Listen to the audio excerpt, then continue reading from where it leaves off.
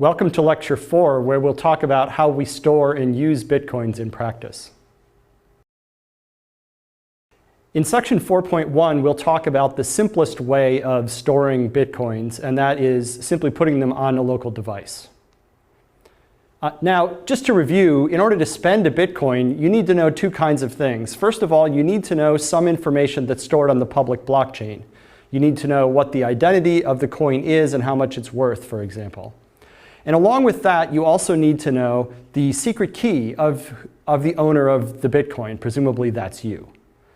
Now, if you think about it, the first piece of information, being on the public blockchain, you don't need to worry too much about how to store it because you can always get it back when you need it. But the secret signing key is the thing that you'd better keep track of. So in practice, when we talk about how you store your Bitcoins, what we're really talking about is how you store and manage your keys. And that's going to be the main topic when we talk about how to store Bitcoins. So really, this lecture, which we titled How to Store and Use Bitcoins, might as well be called How to Store and Use Secret Keys, because that's really what it's about. Okay, now, when figuring out how we're going to store and manage our keys, there are three goals that we have in mind. The first goal is availability. You want to be sure that you can actually spend your coins when you want to. The second goal is security, and that is that nobody else can spend your coins. If someone gets the power to spend your coins, they could just send your coins to themselves, and then you don't have the coins anymore. And the third goal is convenience, just that whatever you do, it's relatively easy to use. Okay, so the simplest approach to managing your keys, what to do with them, is just to take the key and store it in a file and put that file on your own local device, on your computer, on your phone, or on some other kind of gadget that you carry or own or control. And evaluating that method against our three goals, well, for convenience, it's great. Nothing could be better than to have, say, an app on your phone where you can push a button or swipe something and spend your Bitcoins. So for convenience, it wins. But when it comes to availability and security, storing things on a local device in a simple way is not such a great idea. And the reason is, first, when you get to availability, that your key, your coins, are no more available than your device. That means if you lose the device, if the device crashes and you have to wipe the disk, if your file gets corrupted or something like that, you're out of luck. The key is lost, therefore your coins are lost. Similarly, for security, your keys, therefore your coins, are just as secure as your device. If somebody managed to break into your device to compromise it, if they can put malware on your device, a virus or something like that, then they can get the key, leak the key to themselves, and they can then send all of your coins to themselves. So although storing things locally is very convenient and very simple, it really isn't up to the task for availability and security. And the way to think about this is a lot like carrying around money in your wallet or your purse or in your pocket. It's useful to have some spending money, but you don't want to carry around your life savings because you worry that you might lose it or that somebody might steal it. And so what you typically do is store a little bit of information, a little bit of money in your wallet, and keep most of your money somewhere else.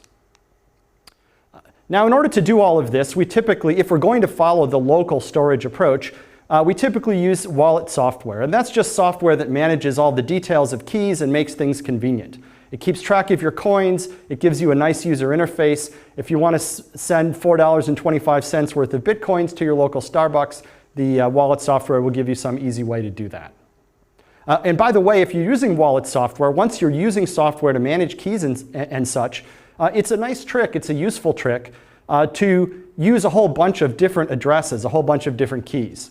So rather than taking all of your coins and paying them to one address and controlling them with one key, you can have a separate address, a separate Bitcoin address, and a separate key for each coin. That keeps things separated so that you get a maximum degree of anonymity or privacy. And you don't need, as an individual, to worry about the management of all these different keys and addresses. Your wallet software takes care of it for you and just gives you a very simple interface that says how much is in the wallet and lets you spend it. The wallet software figures out all the details of which keys need to be used and how to generate new addresses and all of that stuff. So one thing you need to do if you're going to be able to receive Bitcoins in payment into your wallet or spend them to somebody else is you need to have a way of exchanging an address with somebody. So you can give them an address or receive an address so that payments can happen. And there are two main ways that addresses are encoded or conveyed in this way.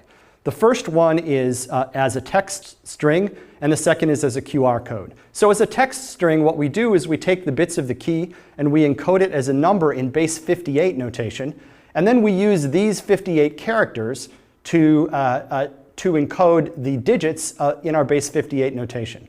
So what this is basically is it's all of the digits and capital letters and small letters, except that they've taken out a few that might be confusing or might look like each other. For example, capital O and 0 are both taken out because they look too much alike.